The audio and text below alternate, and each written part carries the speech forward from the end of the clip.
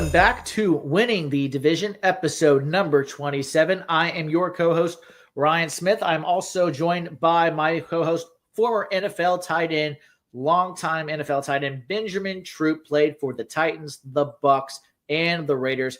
And tonight we have from the 33rd team joining us here is NFL draft analyst, Mr. James Foster. James, how's it going, buddy? It's going great. How are you guys doing? Doing good. We're doing good, James. It's good to have you on about 2 months or so prior to the draft. We're getting heavy into draft season, first full week without a game of football. So this is going to be very draft heavy. And I'll just kind of, before we start, just give the people who may be living under a rock, or because I'm sure most people know what the 33rd team is by now, but if they don't, what you kind of do with the 33rd team, what it is exactly, and kind of what you do with 33rd. Yeah, so 33rd team is a NFL analysis outlet that kind of tries to, like I remember when they reached out to hire me, they said they're like targeting the top 70% of NFL fans in terms of like how into the sport they are, basically. So that's kind of what we try to do. Not a whole lot of quarterback legacy talk. I'm not writing articles, thank God, about like every week about Joe Burrow versus Lamar Jackson. So it's a little bit more in depth than that. But yeah, I write articles for the 33rd team, and you can follow me on Twitter at NoFlagsFilm and see all of my work there. Awesome. Well, James, I'll just go ahead and start. Let's just get into what you were kind of talking off the top before we started recording. I'm a Panthers fan. Ben's a Falcons fan, but he played for the Tennessee Titans. You grew up a Titans fan, it sounds like, and Benjamin Troupe, my co-host, was on your television. So let's reminisce for just a second, because the Titans, until they trade the pick, have the first overall pick in this draft. So let's talk about the Tennessee Titans and kind of what you remember as a kid watching with Ben, and what you think the Titans, should do with this first pick. So Ben, you played for the Titans. What were the years? I was there from 2004 to 2007. So I was there for Steve McNair's last 2 years and Vince Young's first 2 years. Okay. So yeah, that's actually like, that's kind of a couple years into when I was like conscious as a Titans fan. And I remember, I became a Titans fan, and we had all of these franchise legend players, Steve McNair, Eddie George, Samari Rolle, Javon Curse. And then a couple years into being a Titans fan, like I had no idea about the salary cap or whatever. They all get cut or traded to the Ravens. And I'm like, well, this sucks. Like, so yeah, that's kind of my memory of that era. But it's funny that you say that. So, I mean, as a former player, you don't know nothing about stuff until you get in the NFL. My Eddie George moment was when I first got drafted. Eddie George was on the team, but he wasn't practicing. So we go out to practice. He got on regular clothes. I'm like, why's he got on regular clothes? We come in after practice, and he goes up to the front office. We never see him again. He become a Dallas Cowboy. Fast forward 2 years later, Steve McNair, the greatest Titan there is, franchise leader and everything. He's coming into the facility. We have a guy named Joey. Joey's about 5 feet tall. He's an equipment manager. And we got a guy named Taki. Taki's about a little 5-foot Asian guy. Two smallest dudes in the building. I come in the building. Right behind me, Steve McNair's coming in. The two smallest guys in the building were holding, they're using all their weight to hold the door so he can't open it. Right? And I'm like, what are y'all doing? Just let Mac in. Right after that, breaking news, Steve McNair just got traded to the Ravens. Wow. So it's like, and you mentioned Samari Rolle, who went to the Ravens. You mentioned Derek Mason went to the Ravens. Who went to the Ravens. I think the thing about when I was with the Titans is you learn a lot about the business side of football is the part that sucks the most, because that's all it is. It's not personal, but if you are a player with the Titans and you see what they didn't want to have to pay Steve McNair his full salary. So they said, well, if he come out on the practice field and get hurt, we got to pay him. And I'm like, the guy that took you to the Super Bowl, you don't want to pay him? We go from Steve McNair my first 2 years to Billy Volek is about to be the starter. It's game week. This is the week of the game. It's Wednesday, Our first game was on Sunday. We just go out and we have walkthrough in the bubble. They call it the bubble. Go in the bubble, have walkthrough. Come back in to get ready for practice. When we come back in, Kerry Collins is in the locker room. And we're like, is that Kerry Collins? They're like, yeah. Billy Volick's locker. One guy is scratching Billy Volick's name off his locker with the razor. Another guy is writing in Kerry Collins' name in the locker. Billy Volick said, wait a minute.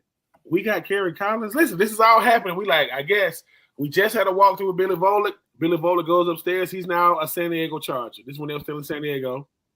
We go out on the field.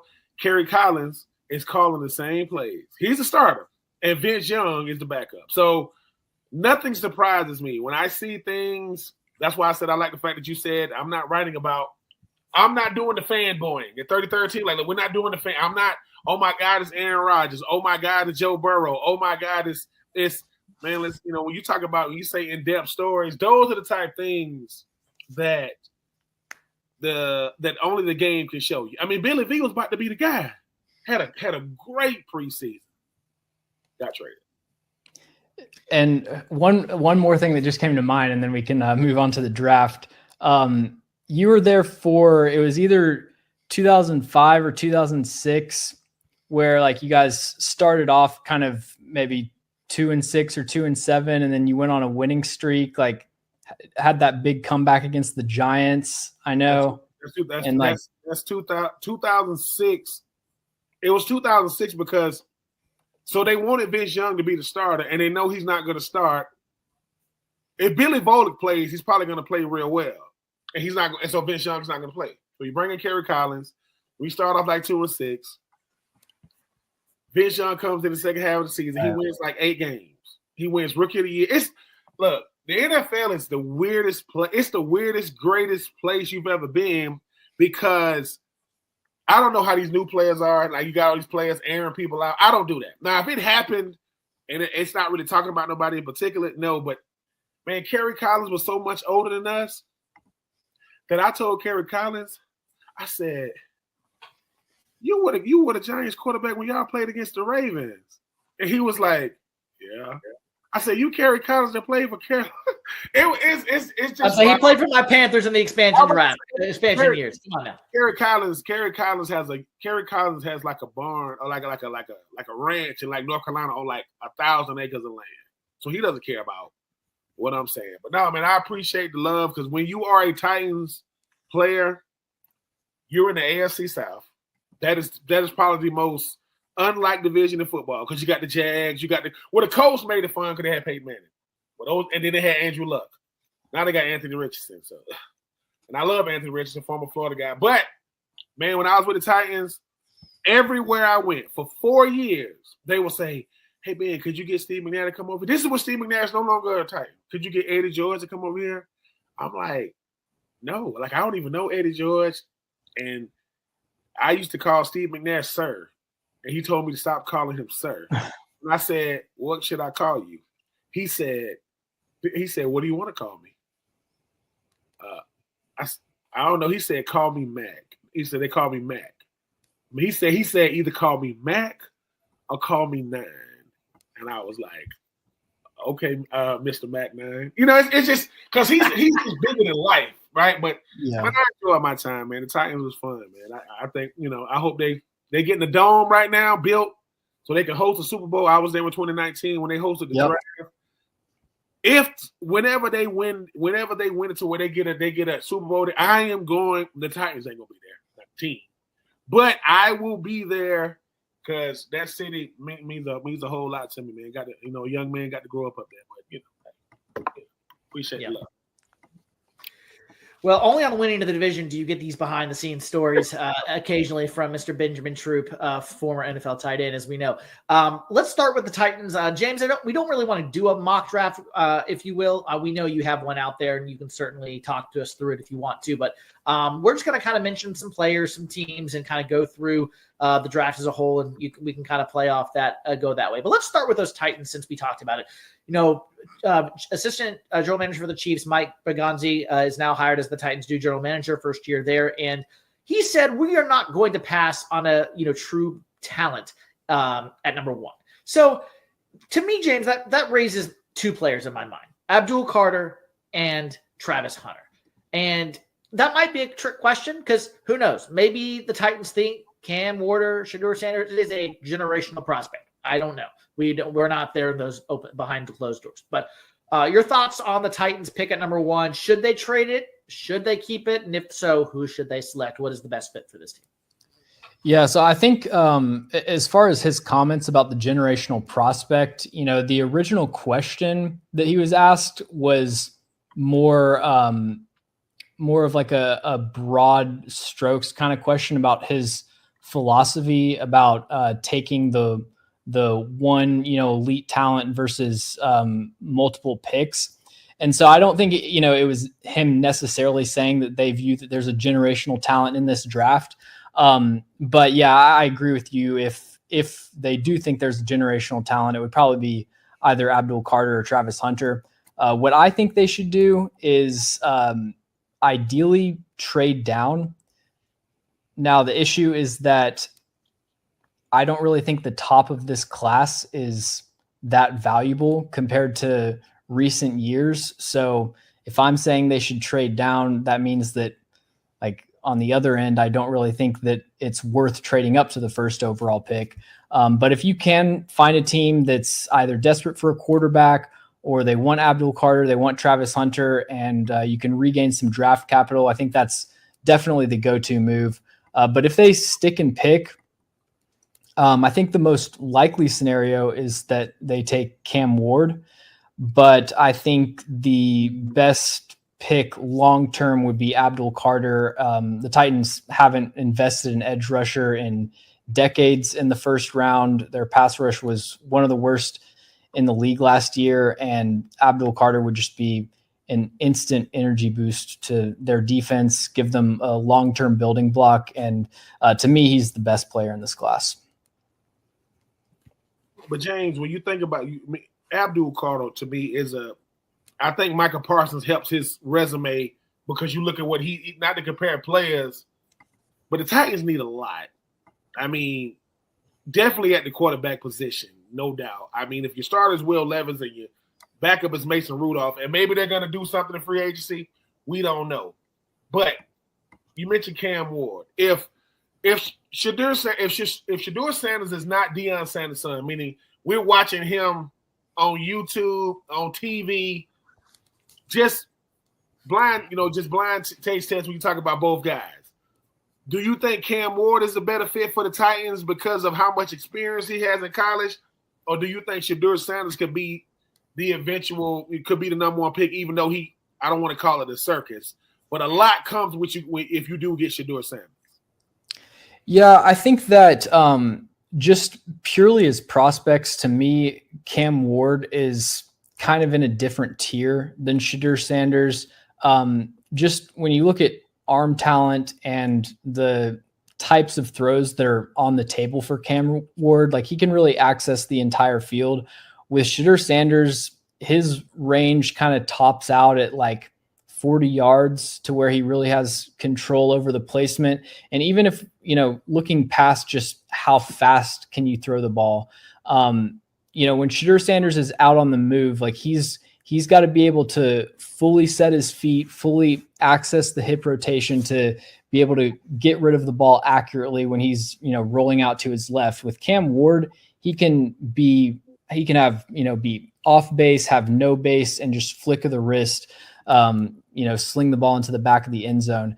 The other thing is the amount of zip that they can put on the ball to fit it into tight windows. Like, the windows that they're throwing to in college, they're going to be 100% tighter when they get to the NFL. And neither of them are perfect as far as, immediate anticipation of routes coming open. So you've got to have some margin for error. With Cam Ward, he can see it a second late and fit it in there, no problem. With Shedeur Sanders, there's just not a lot of heat on the ball. And I think there's going to be a lot of plays that get intercepted at the next level. And you already kind of saw that pop up in some instances in college. And the final thing that I think is kind of the difference is that Cam Ward's just a much better athlete. Shedeur Sanders, even in the Big 12, kind of struggled to evade pressure and outrun pursuit angles from defensive ends. So to me, if it's just evaluating them as prospects, like I personally think that Cam Ward is on a different level than Shedeur Sanders. As far as the kind of off the field circus, like you mentioned, I don't put too much stock in that with Shedeur Sanders. From what I've heard, the off the field, like leadership, feedback that I've gotten on Shedeur Sanders is pretty much flawless. Like, I don't really think, I know like Dion has a big personality, but I don't think if you draft Shedeur Sanders, it's going to be that much different than drafting any other high profile quarterback. So I would be fine with it on that end. James, let me get this one out of the way really quick before I start just giving you some players to left and right.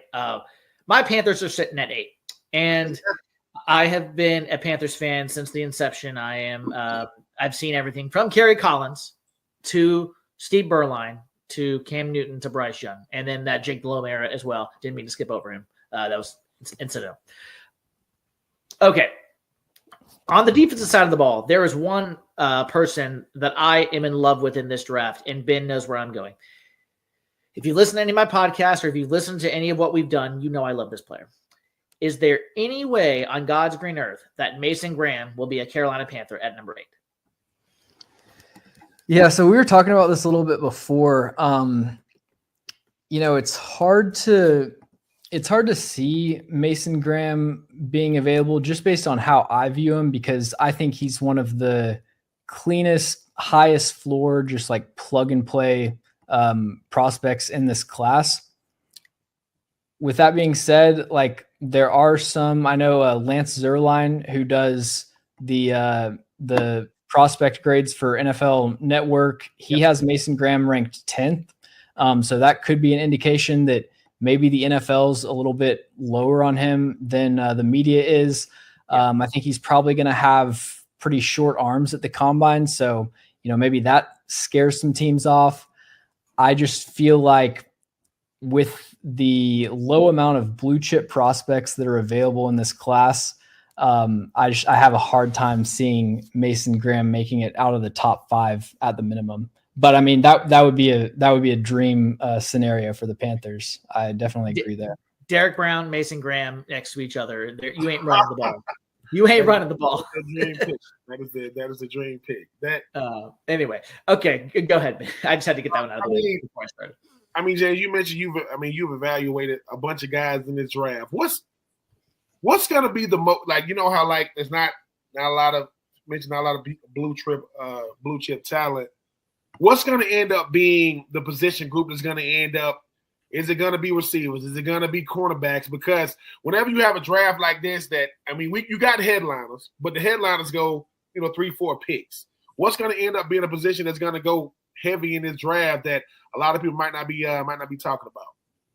Well, I mean, I don't know if it's the position that people aren't talking about, but I can tell you the strongest position groups in this class by far are interior defensive line and edge rusher. So if you're a Panthers fan, like this is the year to have an early pick because, I mean, there's just so much high level talent at both of those positions. When you look at edge rushers for my board personally, I've got 10 edge rushers in my top 50. I've got 16 in my top 100, and like it continues to be a deep class even into the 4th and 5th rounds. And defensive line is equally star-studded. I mean, you've got the blue chip talent up top with Mason Graham. You've also got guys who I think are pretty much locks to be first rounders, like Walter Nolan out of Ole Miss, Derek Harmon out of Oregon, Kenneth Grant out of Michigan.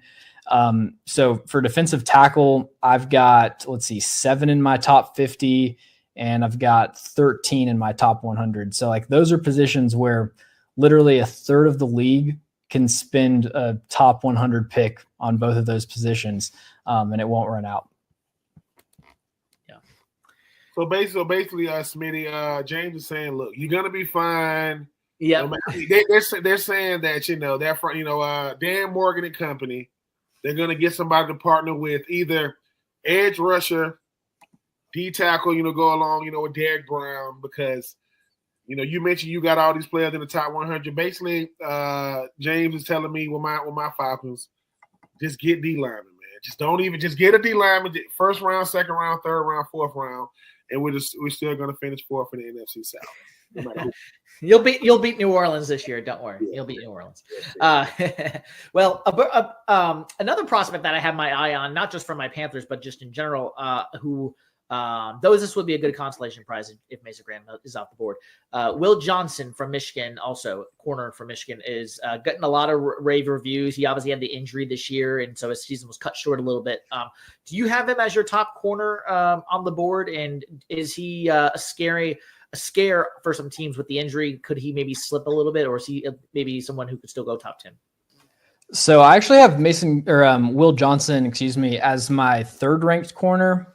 And I'm a little bit lower on him than most people. I think that he's the type of corner, in my opinion, who could lead the league in interceptions and also lead the league in touchdowns allowed, if that makes sense. Kind of a very boom bust corner. I think the main point of disagreement that I have with some people is I don't think he has ideal speed for an outside corner.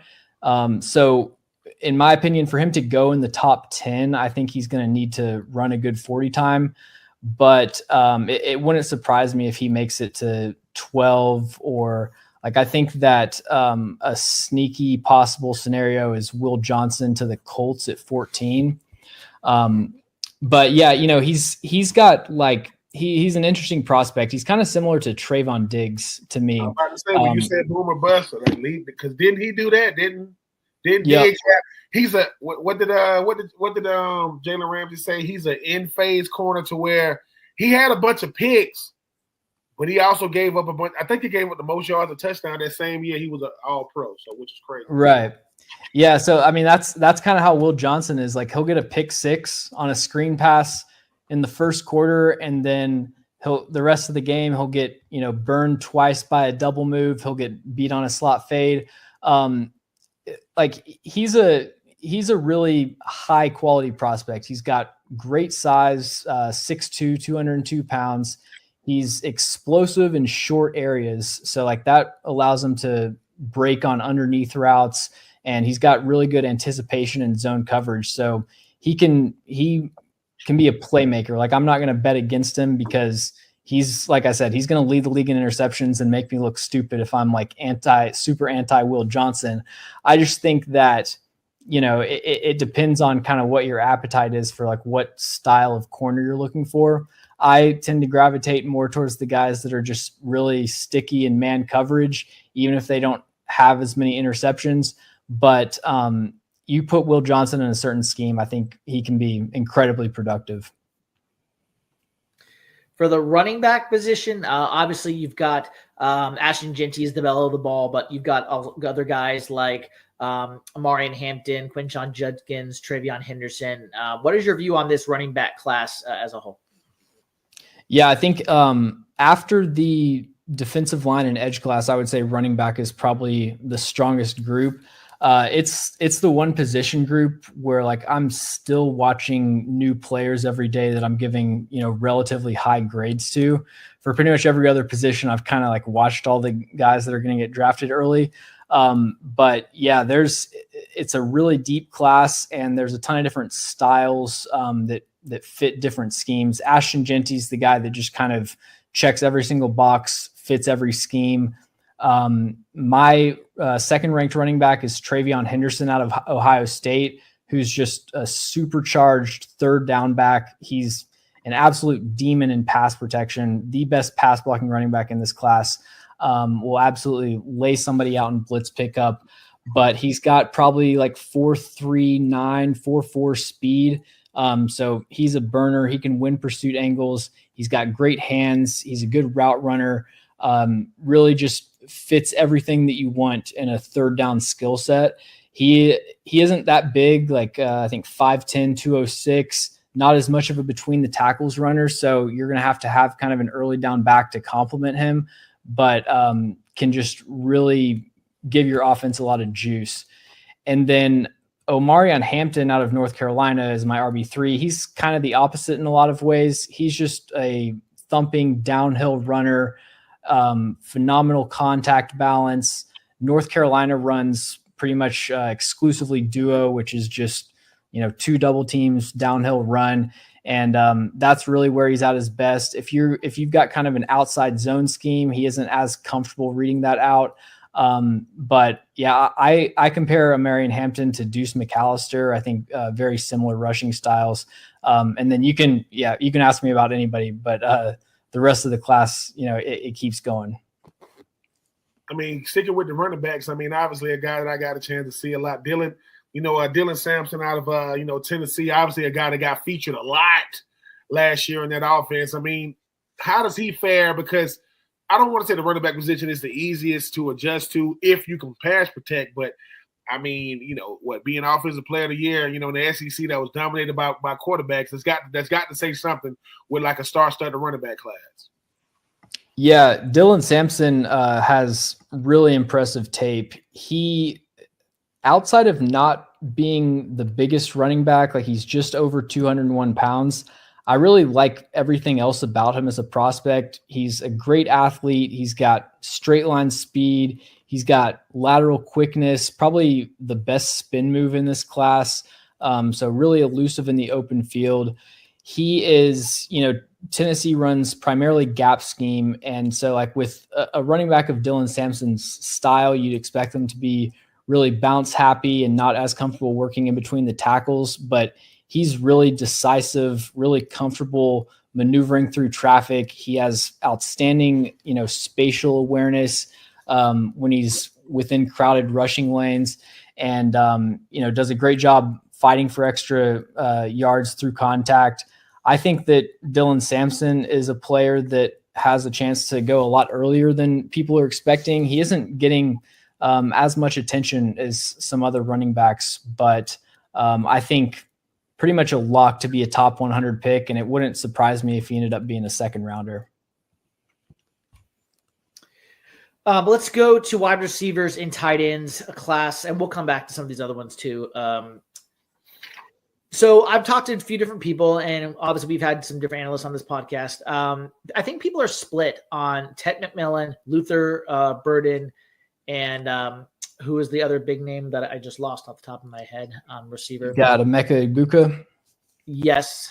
Matthew Golden. And yeah, Matthew Golden. Yeah. But I think Tet and Luther are the two that I think most people have ranked 1 and 2.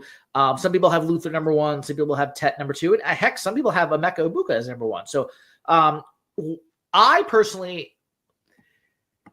I'm an SEC biased guy, so I personally prefer Luther Burden over Tet McMillan, but Tet McMillan can play. He's 6'5". People say he's like Drake London, but better. And sorry, Ben, Drake London is he's a pretty good player for your Falcons. So what are your thoughts on the wide receivers, particularly those top 3 guys, and then the class as a whole? Yeah, so I've got Luther Burden as my wide receiver 1. He's my 6th ranked player in the class overall. And like on paper, he had a really disappointing year. About 1,200 receiving yards last year, pretty much cut in half this year. He had 600 something.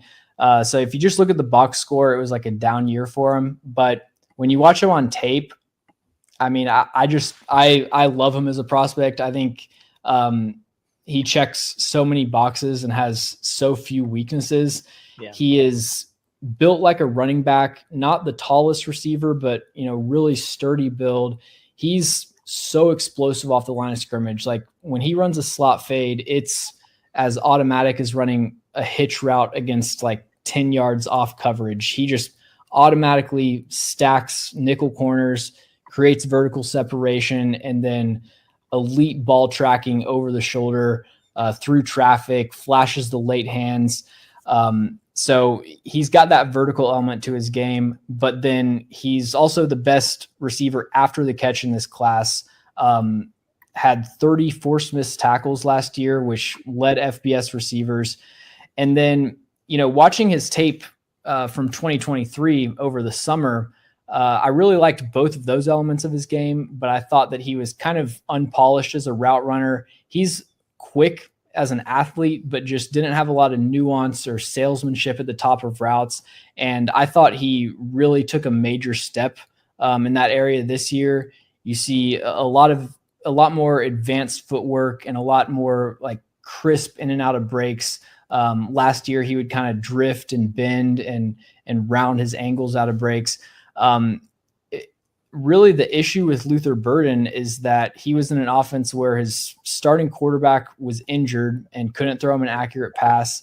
And the offensive coordinator just like had no interest in featuring him in the offense. Like once per game at the end of the game in the fourth quarter, when they're down 7, they would draw up a play for him and he would always deliver. So I don't really know exactly what the strategy is there, but it's one of the players where I think there's the widest gap between what my expectations were based on the numbers and what, like how good I actually thought the tape was. So yeah, I'm still a Luther Burden believer despite him not being as productive this year. I know right now you got 2 big-time wide receivers coming out of, in Ole Miss, dominant A.J. Brown, and DK Metcalf. They came out the same year. They got this kid, Trey Harris, who I think going into this year, I know he led the SEC. I think he averaged the most yards coming back this year. Didn't have the season, had a good season, not the season that he actually won. And I mean, him and Jackson Dart, those guys. But what do you like about Trey Harris as an NFL prospect? Yeah, Trey Harris has some of the best ball skills in this class. I think probably after Teteroa McMillan, some of the tight window contested catches that Trey Harris is able to make are kind of insane. Ole Miss is kind of like Tennessee, a very difficult offense to evaluate receivers and quarterbacks because the concepts and the routes that they run are just really nothing compared to what they're going to be doing in the NFL. So when you watch Trey Harris, he's basically either running a hitch route against off coverage, he's running a vertical route down the sideline, or he's running like a glance route on an RPO. And there's very few examples where you get to see what he's like as a route runner. But there were a couple times that he would run these like blaze outs. I had it written down. It was 2 games, Vanderbilt and Kentucky. Like that's how it is. You're literally like hanging on to 2 plays, but like he broke the cornerback's ankles. And if a player does something once or twice, it kind of tells you that they're capable of doing it. And they've just got to be put in a scheme that sort of features that skill set. So I'm a little bit unsure about Trey Harris as a route runner, even though he has shown potential, but as an X receiver that you throw 5 targets on go routes every game and he comes down with 3 or 4 of them. I really like Trey Harris. I think he's got a good chance to be a 2nd round pick probably. And I would say as far as true X receivers, he's probably the best in this class.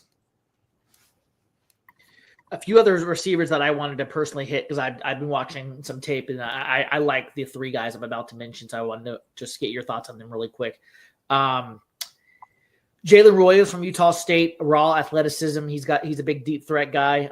Jaden Higgins from Iowa State. I thought he had nice size and body control. And then Tez Johnson from Oregon. He reminds me of like a Tyler Lockett. Exceptional route running. A little not obviously as big, but those 3 guys kind of stuck out to me when looking at this receiver class.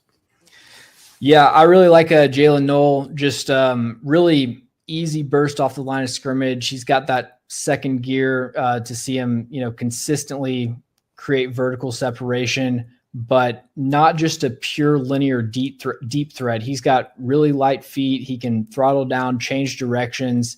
And so I think that he can be a 3-level separator in the NFL.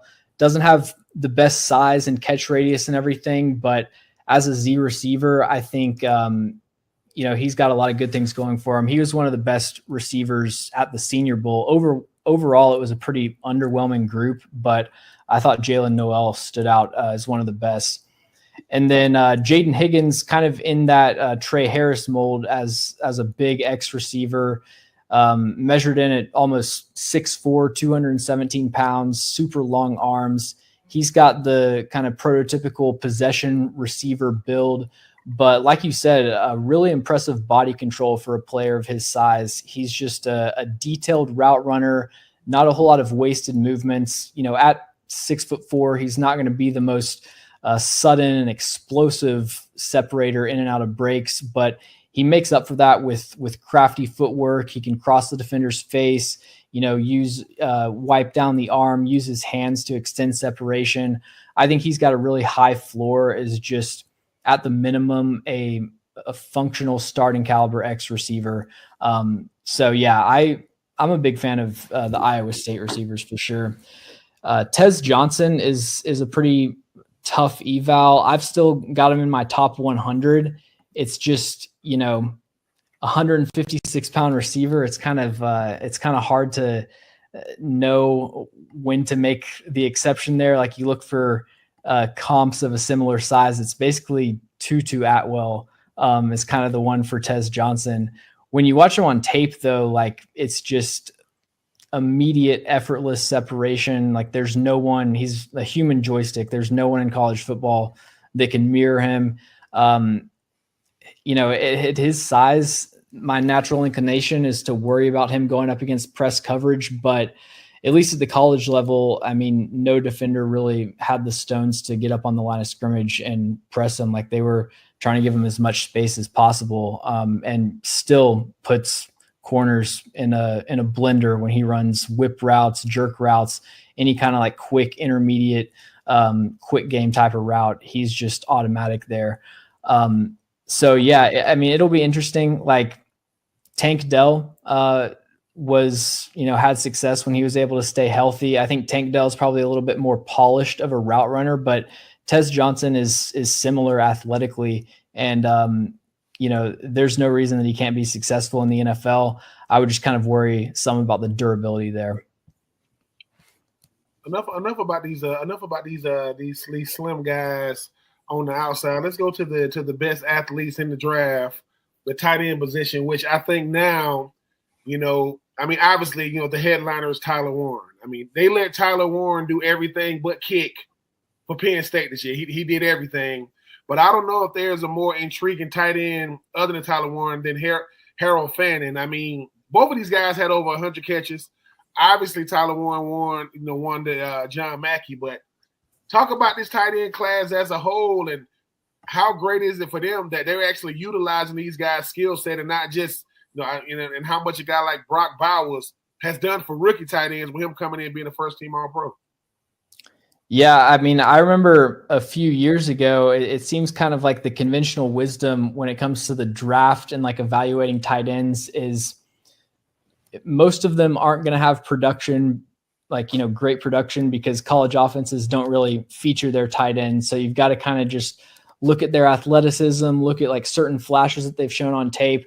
But I mean, a lot of these guys, the offense basically ran through them. Like, obviously you talk about Tyler Warren, Harold Fannin, but Colston Loveland was the only NFL caliber receiver on Michigan's offense, arguably the only NFL caliber player on their offense.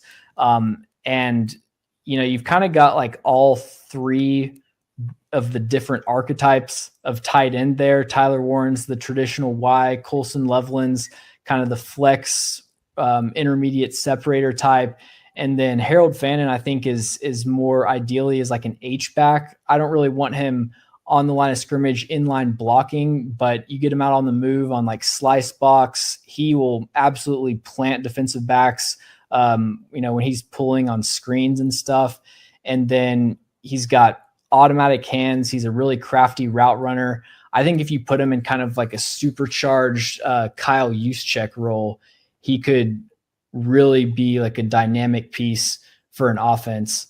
So, I mean, yeah, those are kind of like the three big name value guys, but I think there's also some really good depth in this class. One player that I actually have in my top 32 is Miami tight end Elijah Arroyo. 6'4", 251. I think he's probably got the best straight line speed in this tight end class, but he's also really fluid and can run routes. He can sink his hips and like run comebacks down the sideline and separate against corners. And, not the biggest tight end for inline blocking, but he competes his ass off. And you can put him on the line of scrimmage and like not worry about him getting just blown off the ball by a defensive end. And when he gets to the second level, he's tenacious when it comes to blocking linebackers and DBs. So yeah, I would definitely want to include Elijah Arroyo in the top tier of tight ends for sure. Real quickly before I move on to the next group, where do you have Mason Taylor for LSU? So I have Mason Taylor as tight end 5, 88th overall on my board. Just a really like well-rounded kind of, what you're getting type of prospect. Not going to like wow you with his speed or explosiveness or anything, but catches the ball consistently, solid blocker, solid route runner, just kind of like a really high floor type of prospect. I compared him to Cade Otton. Okay. All right. 3 more, I think, I if my math is correct, we wanted to make sure we hit with you. O-line, linebacker, and safety. I'll start with safety. Is this position class or the position as a whole, I guess, being devalued? It seemed like other than Kyle Hamilton, I can't remember a safety that's been selected in the top picks over the last few years. The names at the top of this class, Malachi Starks, Nick Emmanwori from South Carolina, Xavier Watts from Notre Dame are the 3 names that stick out to most people. But your thoughts on the safety position as a whole and in this overall class? Yeah, so those are my top 3 as well. Malachi Starks, Nick Emmanwori, Xavier Watts. I think that kind of the top 6 or 7 of this safety group is really solid, but from what I've watched, and I'm 21 safeties into this class, I think the depth really drops off once you get outside of the top 100. So like if you need a safety, you're going to want to grab one of the top 6 or 7 guys.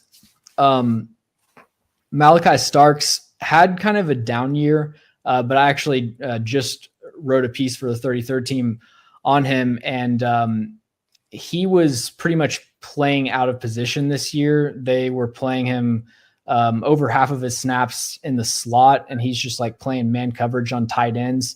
And what he's done for his entire career is, deep safety, robber safety, eyes on the quarterback, just make plays on the ball. That's kind of his bread and butter. But they just had him in a lot of like compromising man coverage situations that isn't really his game, and took away his opportunities to stuff the stat sheet. So like people look and say he only had 1 interception this year and he's fallen down people's boards, but I'm still a fan of Malachi Starks, kind of similar to how I was heading into the year.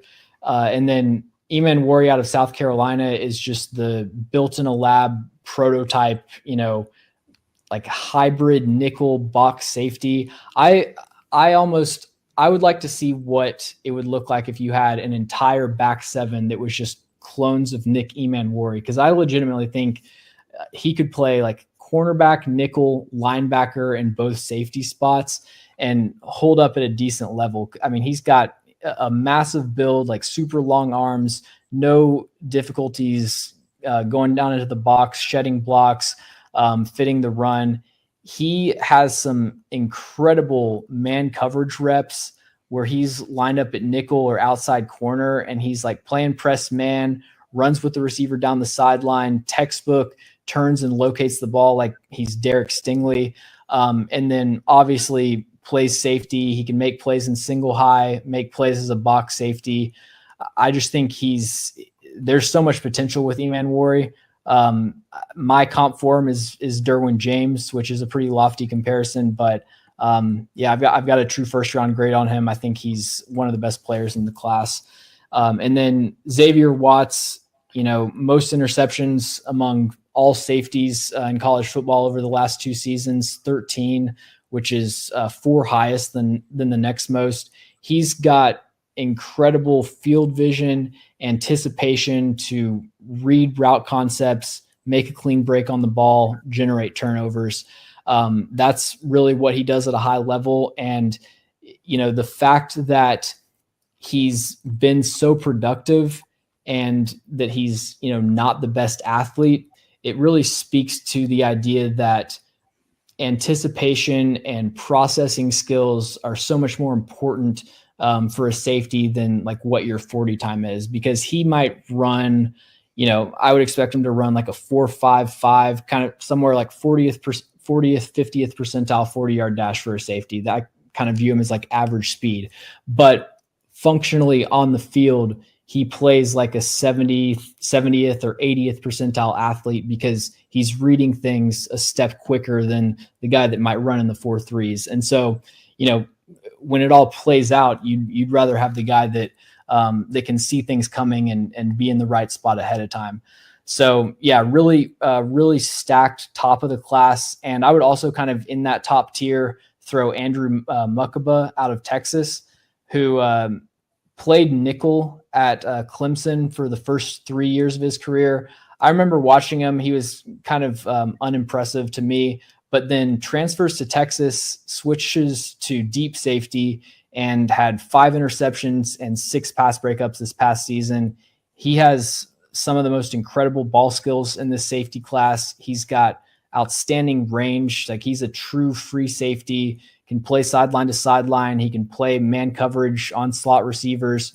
He's a little bit undersized, 195 pounds, is probably going to be off limits for certain schemes, might not meet the threshold for the way that some teams build their roster. But I think that he's the kind of player that's worth making an exception for, just because he's so instinctive in coverage. And James, that being said, you mentioned, Smitty mentioned, Kyle Hamilton and what he does for that Ravens defense. He shores up a lot of things. Evan Warrior, obviously he's the guy in the SEC who, guys like him and Derwin James, they're so rare to be that big and that fast. You mentioned Starks and Watts. Which one of these guys can have the biggest immediate impact? Because everybody's looking for that next, hybrid. And then everybody, when you talk about different guys, but Derwin James, I think, is a great comp for Evan Warrior. But which one of these guys do you see having the biggest impact? Because now rookies, they want to come in and make an impact, push these veterans out. All these guys you mentioned got a big upside, but Evan Warrior, when he walks on the field, I don't compare nobody to this guy. But Sean Taylor was physically imposing, just running out.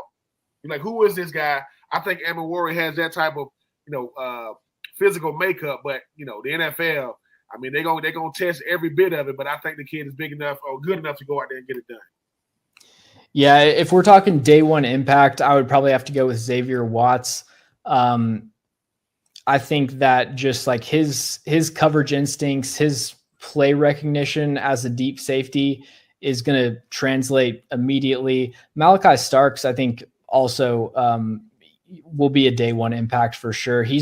Starks just has a really well-rounded skill set. He's a movable safety that can play so many different positions in the defensive backfield. So I think he'll be a solid starter right out the gate. But as far as getting a bunch of interceptions, making a push for defensive rookie of the year, it wouldn't surprise me if we're talking defensive rookie of the year next year, and it's like Abdul Carter and Xavier Watts are the 2 finalists, because Watts, gets 5 interceptions as a rookie. Eman Warrior, he's not. I think he's a little bit raw as a prospect, but he isn't like a project. When you watch him, there aren't a ton of mistakes in coverage, like coverage busts, missed tackles, anything like that. Just as far as being productive and getting interceptions and making the kind of impact that Kyle Hamilton makes, he's just got to get a little bit more instinctive, sometimes kind of a little bit slow to process routes and misses out on playmaking opportunities. So I think he's somebody that can come in and be a starting caliber player immediately. But as far as being a high level impact, he'll need a little bit of development. Let's just go ahead and for time's sake, and I'll just kind of give you the floor, James, for the O-line class and then the linebacker class for those two. Instead of me just telling you players, who are some of your guys that stick out, particularly in those 2 classes, and guys that we should be on the lookout for come draft day? Yeah, so the people that I think, or the players that I think everybody's been aware of for a while on the offensive line are Will Campbell and Kelvin Banks Jr. And they're very good prospects. Will Campbell's my number 1 rated offensive lineman.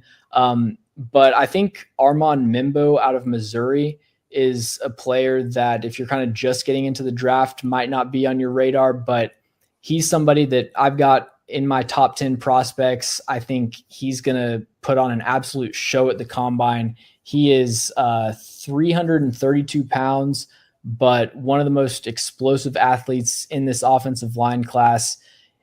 Came into the year as kind of a fringe top 100 pick, but he pretty much just had perfect tape. Like, I've watched every single game that he played, and I mean, there's like a couple losses on tape, and they aren't even that bad.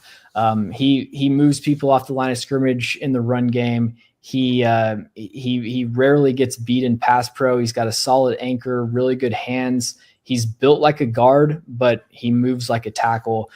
So he's somebody that's kind of viewed maybe by the consensus as like a fringe first rounder, but I think he's got a really good chance of going in the top 10. And then the other person that I would say is Josh Simmons out of Ohio State is just a really interesting player because his tape, kind of like Armand Mimbo was pretty much flawless this year. The problem is that he only played about 7.5 games before he went out for the season with a knee injury. And the teams that were on Ohio State's schedule when they played him, like the best competition he faced was Michigan State. So he didn't get the matchup with Abdul Carter, didn't get the matchup with Oregon. It's just a really difficult evaluation and a player that it's going to be really interesting to see how teams view him. Because number one, you've got the injury risk, but setting that aside, like how in your mind do you like format such a small sample size of tape where you aren't really facing anything close to NFL competition, but when you watch him, he looks like a starting NFL left tackle. I've kind of chosen to just be confident in him. I've got him as my 13th ranked player, but definitely a lot of risk there. And I think a wide range of outcomes for where he could go. And then for your linebacker class, who are some of the players that stick out there? Yeah, so linebacker actually is surprisingly deep this year compared to previous classes, at least. My number one linebacker is Jihad Campbell out of Alabama. He's built like an edge rusher. He's got a bit of a pass rushing skill set, but he's just like the prototypical linebacker in terms of size, speed, coverage versatility. He can rush the passer. He can shed blocks. Still needs to get a little bit quicker with his eyes, but not like a major project or work in progress or anything. I think he can be ready to go day one and has top 5 linebacker upside.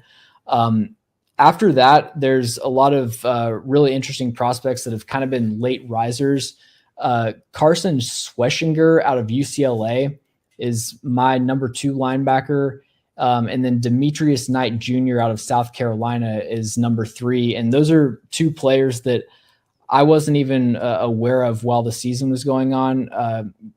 Caught onto their tape late in the offseason.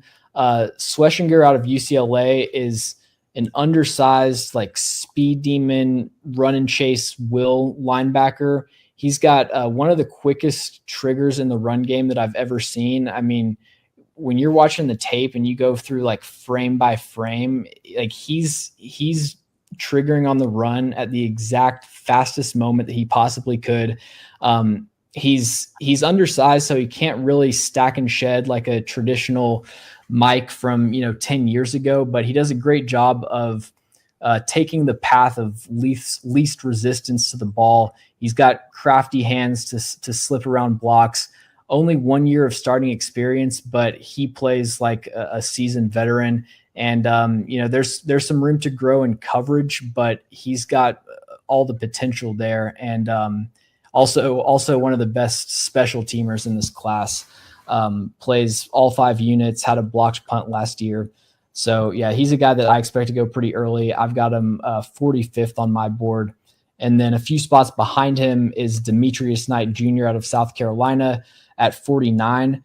And he's kind of the inverse player. He's got the traditional 6'2", 246 pounds, long 33-inch arms. He can stack and shed blocks. You connect to him at the second level, he isn't getting knocked off balance. He's keeping his footing, but he has really good top speed, straight line athleticism to chase runs to the sideline. He's got some good range and coverage, good instincts really in both phases. He's just kind of a well-rounded, do-it-all Mike linebacker. The issue with him is that he's 25 years old. So like by the time his rookie contract's over, he's going to be hitting 30. So that might kind of like lower his value for some teams, especially compared to Schlesinger, who's 22. But just a really good player. And like my philosophy with it is if you're picking in the second or third round, especially, like I'm not really that worried about age, just get a good player. And if worst case scenario is like you get to the end of their rookie contract and you're worried that you didn't get to have a good player for long enough, you know, that's a win compared to how many busts there are in the draft. So James, I got to ask the age-old question when it comes to picking in the draft. If you are a GM, are you picking for need or are you picking best player available? Yeah, I'm definitely picking best player available.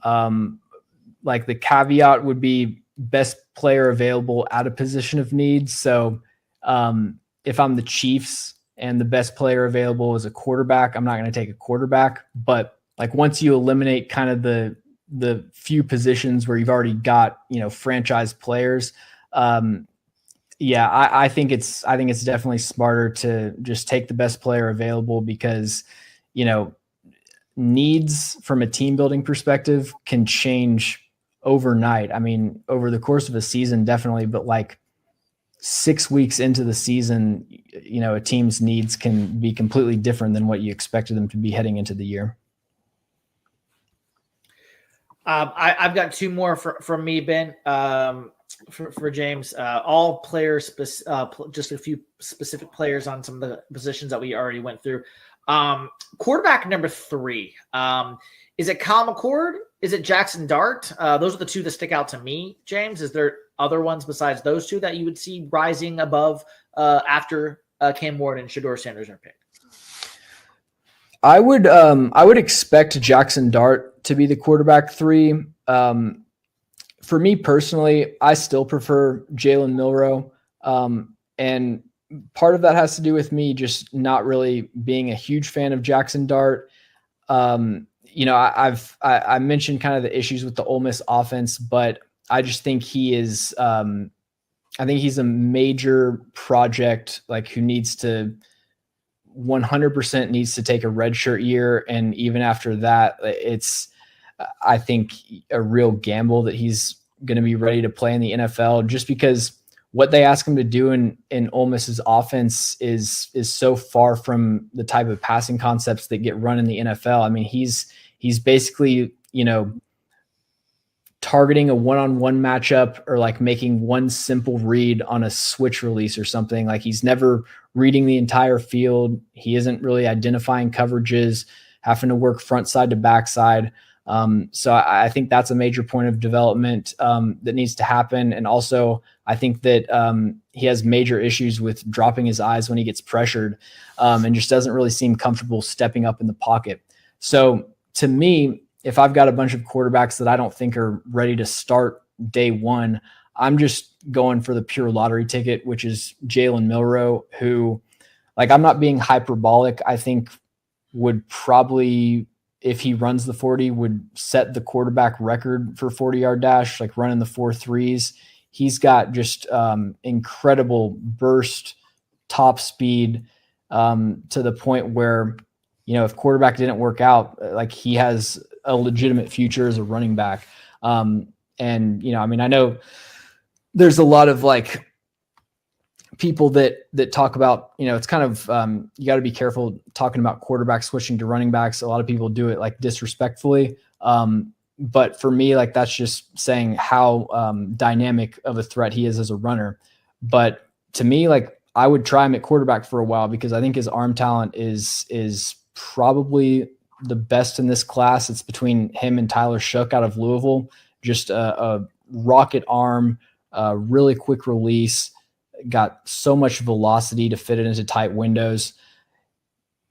There were flashes this year where he looked like a potential first-round quarterback prospect. It's just over the second half of the year, it completely fell apart. But yeah, if I'm taking a guy third round, early fourth round, I would go Milroe, give him a redshirt year, and see if we can luck into a franchise quarterback there. Let me go spin you, because I definitely got one. And then I'm okay. All right. Go ahead.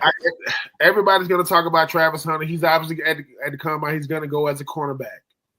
You GM of whatever team. No. Because you're going to draft him. Somebody's going to get him really, really high. 2, 3, wherever he goes. He's going to play cornerback. Do you put in a package for him on offense because he's that dynamic of an athlete? Yeah, I definitely would, especially if I was a team that's like really hurting for receiver talent, which, I mean, you look at the top of the draft, it's pretty much everybody that's picking high is hurting for receiver talent. So yeah, I definitely prefer him like his full-time position at corner, just because I think that skill set is so much more difficult to find.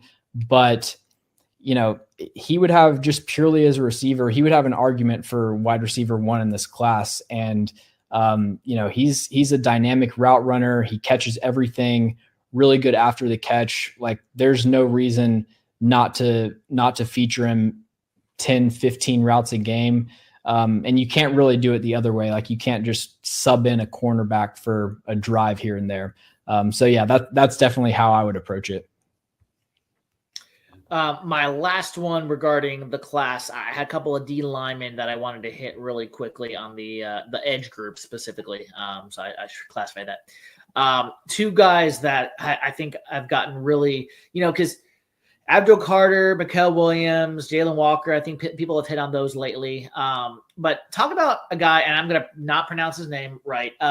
Well, you got James Pierce Jr. from Tennessee, who I'm pretty high on. But the other guy is Donovan Ezeroku from Boston College. I think I got that somewhat right. I enjoy watching him. He flies off the football. He has a really nice motor. I'm really a big fan of his. Yeah, so Donovan Ezeroku out of Boston College, one of my favorite players in the class. I think that probably, let's see, I think after Abdul Carter, I would say he has the best bend. Like, his hips are just made out of a slinky. Like, his go-to move, he's basically going cross chop to inside counter and just like alternating every single snap, winning constantly with both of them. But when he chops down that outside hand, he can bend the corner to the quarterback at such a tight angle. I mean, was pretty much unblockable in the ACC this past year, and he ended up leading the Power 4 in sacks and run stops, which is pretty incredible. I don't know if I've ever seen that before. So I'm a huge fan of Donovan Ezeroku. I've got him as a top 40 player. The one hang up that I have, like, I really want to give him a first round grade. He can't really win with power.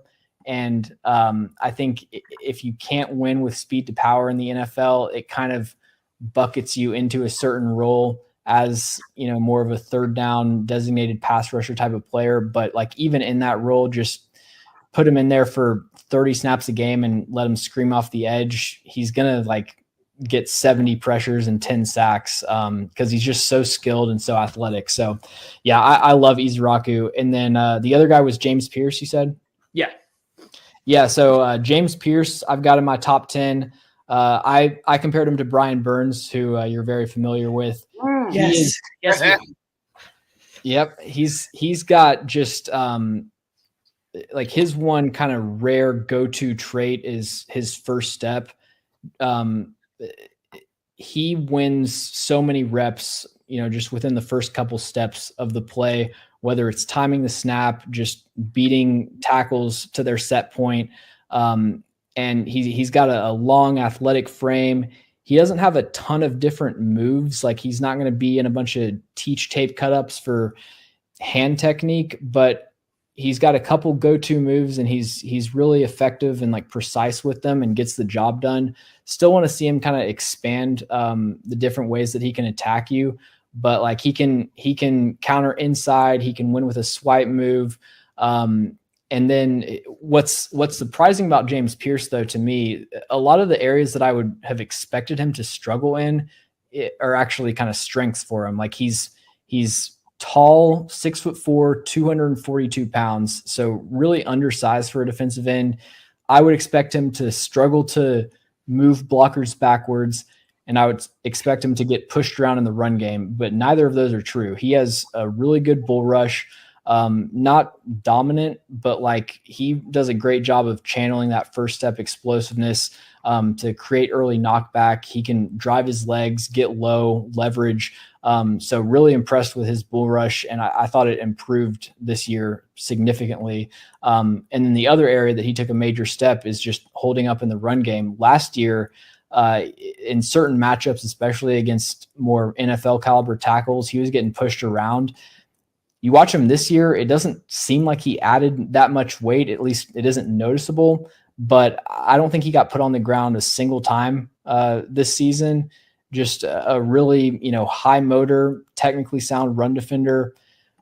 Projecting him to the NFL, he still kind of has the build of a designated pass rusher type of player, but he's proven that he can hold up on early downs, at least in the SEC. So we'll see if that's able to continue. But yeah, both of those players you mentioned, I'm a huge fan of. Well, Ben, as we let you go here out the door, before we where can people find your work? Where can people find other projects you're working on, things that may be upcoming that you'd like to share? Yeah, so you can pretty much find all of my work on Twitter at NoFlagsFilm. I've got a full draft guide that's posted there that's got all my scouting reports, all my rankings. It's my pinned tweet. So if you're interested in seeing my thoughts on other prospects that I didn't cover, make sure to check that out. Awesome. Ben, did you have any other questions before we let James go? No, man, I just want to say, man, I appreciate you coming on, taking the time. I know when it comes to this draft, people talk about watching film and feeling like a coach. When you start seeing people start saying what separates an Abdul Carter from, player B, they're like, man, it's the smallest things, but it makes the biggest difference when you talk about, having different moves at the linebacker position, defensive end position. But no, man, I appreciate you taking the time. 33rd team, you guys do a hell of a job over there, man. Tell Mike Tannenbaum I said what's up. I was able to talk to him way back in the day when I was living in New York, where I think he had just stopped being the GM for the Jets. No. I think he was at the time when we was asking him, about quarterback stuff, and he was super duper professional. But I appreciate you coming on, man. Yeah, man. Thanks for having me. All right. Thanks, James, for coming on. We'll talk to you down the road. And if you ever, like you said, if you run into Mike Tannenbaum, let him know you are winning the division and have him come on here. Y'all have a good one. All right. Thanks, James. All right. Well, that was James Foster from the 33rd Team NFL Analyst. We covered a lot of ground, Ben, lots of players, positions, everything here on winning the division when it comes to the draft. And we're going to continue to have draft prospects NFL analysts rather on winning the division as we have about 2 months before the draft. We've got a few other guests coming on in the coming weeks and months to talk some draft as well. But Ben, before we go, because it looks like we both kind of got some stuff to head out. So let's just go over some quick headlines as we head out the door. Kellen Moore was hired as the Saints coach this week. Your thoughts on him going down to the Big Easy? Thoughts on him. I think that was the easiest hire. I think the fact that they waited it out, because let's keep it a buck. Aaron Glenn goes to the Jets. That was a bit, but Kellen Moore is coming in and he get to bring in a new style of offense. I'm looking forward to. Well, I'm not looking forward to seeing him with the Saints, but I guess we as a division gonna have to see Kellen Moore and this new team under him. We'll see what happens. Dolphins released veteran running back Raheem Mostert and corner Kendall Fuller. I mean, I'm sorry. I mean, I think Raheem led the NFL in touchdown rushes 2 years ago. I think he's like 32, 33. That's two bona fide starters that's right out. And because of salary cap, I think both of those guys are going to find nice homes here real soon. Champ Kelly out as the Raiders' assistant general manager, while the Bengals say they are going to aim for deals for Jamar Chase, T. Higgins, and Trey Hendrickson this offseason, as per Joe Burrow's comments that he's been making all offseason about retaining good players. If Joe Burrow is serious, which I know he is serious about, making sure you get all these players back in the building. Somebody's not going to get the money that they want. T. Higgins is not going to require more money than Jamar Chase. Hendrickson just led the league in sacks. That's a lot of money that you're trying to keep in the building. And then Champ Taylor out as Raiders assistant GM. Did you have anything on him? He was the interim GM after, I believe. I will say this.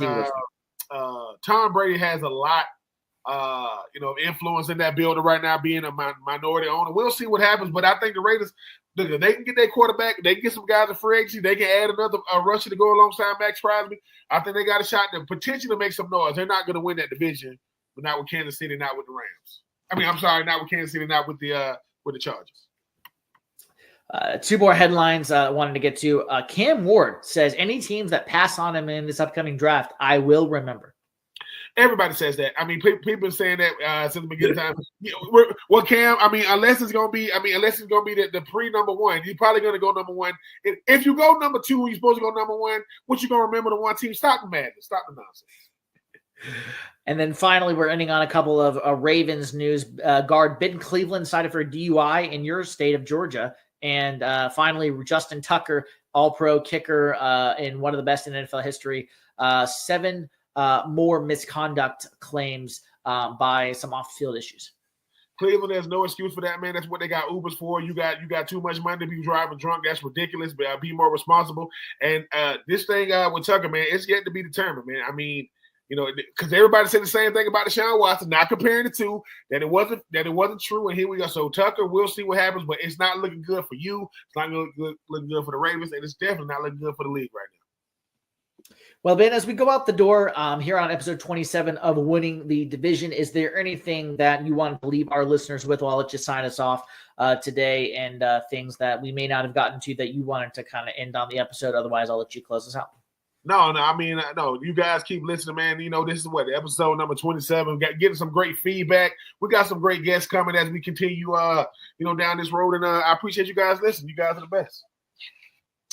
All right. That'll end episode 27 of Winning the Division. I'm Ryan Smith. He is Ben Troupe. Find us on the Keep Pounding Podcast Network, the Fans First Sports Network, Tobacco Road Sports Radio on YouTube, and wherever you get your podcast. We will see you next time. Thank you for tuning in to Winning the Division. Peace.